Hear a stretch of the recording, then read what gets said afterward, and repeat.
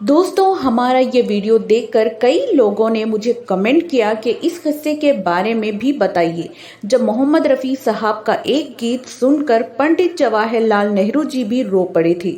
तो क्या था सारा किस्सा, जानेंगे इस वीडियो में।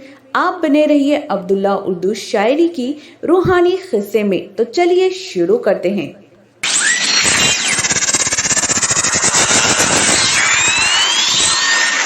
दोस्तों, ये किस्सा है 1948 का। 30 जनवरी 1948 को एक अनहोनी घटना हो गई थी और एक बहुत बड़ा हादसा हो गया और महात्मा गांधी जी हम सब से बिछड़ गए। वो इस दुनिया से रुखसत हो गए थे। महात्मा गांधी जी के गुजर जाने की खबर पूरे हिंदुस्तान में जंगल की आग की तरह फैल चुकी थी।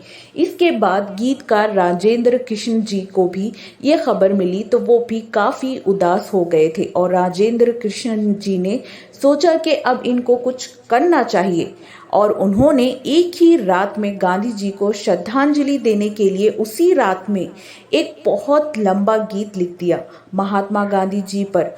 इस गीत ने महात्मा गांधी जी की पूरी शख्सियत को ही बयान कर दिया था। गाना बहुत दिल से लिखा गया था और उसके बोल थे, सुनो सुनो ऐ दुनिया वालों, बापू की ये अमर कहानी। सुनो सुनो ऐ दुनिया वालों, बापू की ये अमर कहानी। वो बापू जो जब इस गीत को राजेंद्र कृष्ण जी ने पूरा लिख दिया, इसके बाद उन्होंने अप्रोच किया उस जमाने की हिट म्यूजिक डायरेक्टर जोड़ी हुस्नलाल भगतराम जी को और दोनों ने मिलकर हुस्नलाल भगतराम जी और राजेंद्र कृष्ण जी ने मिलकर ये सोचा कि इस गीत को आज ही रात में ही कंपोज करना चाहिए और रिकॉर्ड करवाना चाहिए। तभी याद किया गया मोहम्मद रफ़ी साहब को। बापू जो पूज है इतना जितना गंगा माँ का पानी। रफ़ी साहब को जैसे ही ये खबर मिली कि उनको महात्मा गांधी जी पर एक गीत रिकॉर्ड करना है तो वो फौरन रिकॉर्डिंग स्टूडियो पहुंच गए और तब एक ही रात में उस गीत को लिखा गया और कंपोज किया गया और मोहम्मद रफ़ी साहब ने उस लंबे गीत को बहुत ही दमदार और एनर्जी के साथ रिकॉर्ड करवा दिया। जब ये गाना फिजाओं में गूंजा तो हर इंसान ने, हर शख्स ने इस गीत को बहुत पसंद किया।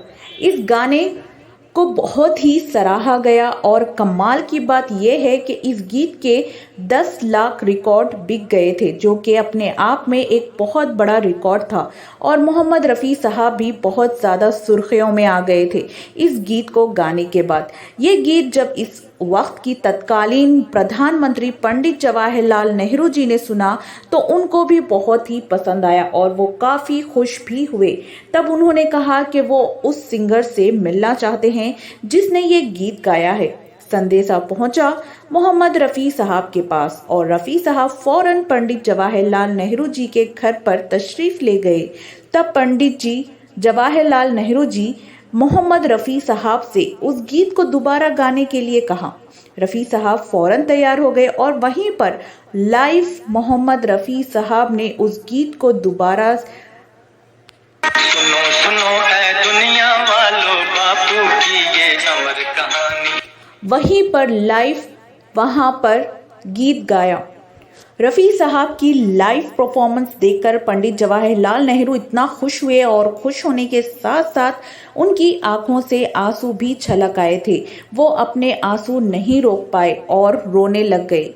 रफ़ी साहब की ब्यूटीफुल आवाज़ सुनकर उसके बाद उसी साल 1948 में 15 अगस्त को ही पंडित जवाहरलाल नेहरू जी ने मोहम्मद रफ़ी साहब को सिल्वर मेडल से भी सम्मानित किया।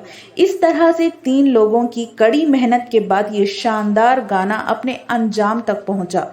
कमाल की बात यह है कि आज इस गाने से जुड़ी हुई कोई भी शख्सियत हमारे बीच नहीं है। अगर है तो उनकी सुरीली मीठी यादें, जिसको मैं हमेशा आप सबसे शेयर करती रहूंगी। अगर बात पसंद आई हो तो वीडियो को लाइक शेयर कर देना। हमारे चैनल पर नए हो तो सब्सक्राइब भी कर देना। मिलते हैं अगली वीडियो में ऐसे ही खास किस्से के साथ। तब तक दीजिए अब्दुल्ला उर्दू शायरी को इजाज़त। नमस्कार, आदाब, शब बखैर।